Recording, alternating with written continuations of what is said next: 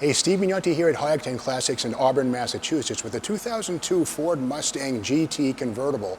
Now in 2002, there were a total of 142,647 Mustangs built, of which only 17,717 were convertible GTs like this one. Now the GT, of course, means standard 4.6-liter single overhead cam V8 with 260 horsepower.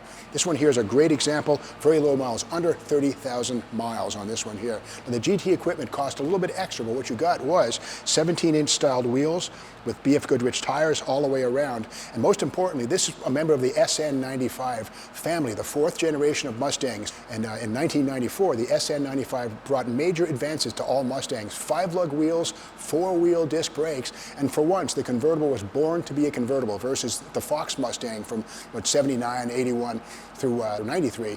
Those things were basically coupes that were chopped in half, the roof was taken off, and they were finished at Cars and Concepts off-site. They were flexible flyers, wicked cowl shake in those Fox Mustangs. Well, these were reinforced and born to be convertibles or coupes, so they're much more robust platform all the way around. Let's take a look inside this one and see which transmission we have.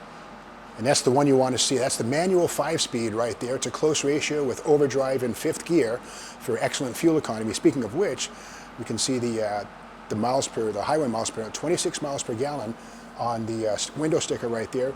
And that's on the highway, 18 in cities. That's tremendous fuel economy. This is a time when fuel economy was very important, as it is now. And again, the 4th generation Mustang was growing from strength to strength. But here's the thing. In the late 1980s, Ford really considered dropping the Mustang and building a version of the Ford Probe, the front-wheel drive Probe. And the Mustang community says, no Probe Mustangs. In fact, they built some mules and some prototypes. The public hated them. And so thankfully, Ford stuck with the rear-wheel drive platform. The SN95 saved the day for Mustang, leading us to where we are now with amazing Mustangs, GT500s, Shelbys, all kinds of cool stuff with 700 horsepower. But here it is, 260 horsepower is a standard engine in the Mustang GT. Part of the GT package on the Mustang convertible was this trunk spoiler right here, standard issue, and powered trunk operation. Let's take a look inside and see what we can find.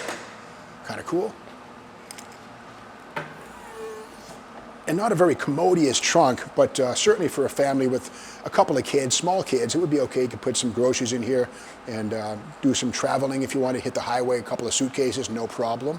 And something I love about these is the dual exhaust system on these was born to be seen, loud, and proud. Now this is aftermarket, that's MagnaFlow tips on this, but again, Ford dialed in some nice stainless steel tips, which these are copies of. There's a little bigger.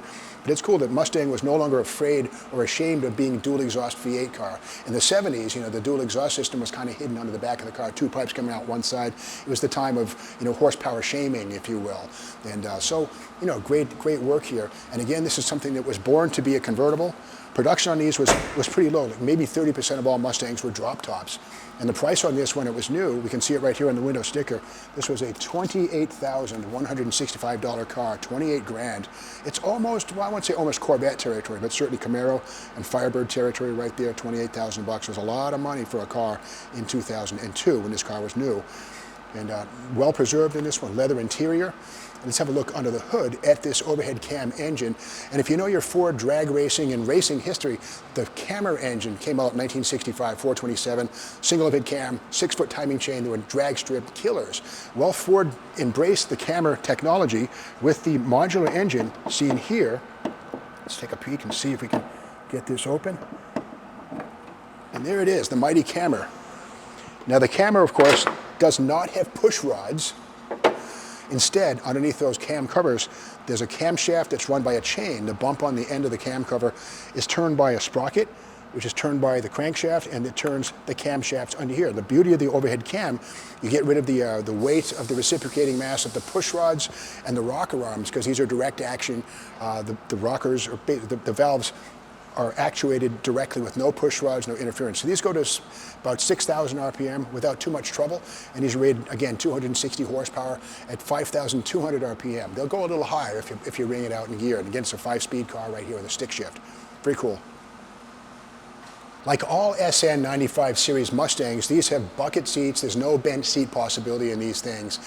Center console with an armrest, and just high-grade quality components in here. It's a far cry from the Mustang II of the 1970s. So Ford really pulled it together here, and it's crazy to think that Ford came pretty close to dropping the Mustang altogether. And again, a Ford-based variant would have been the replacement for Mustang, would have been a marketing disaster.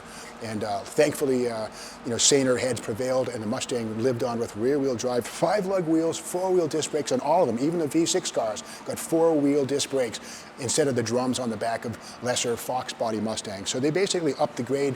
Everything about these things was improved, and premium quality parts and pieces. So a great fun car. Under 30,000 miles on this one right here. To see more about this one, check out the photo gallery on the High Octane Classics website.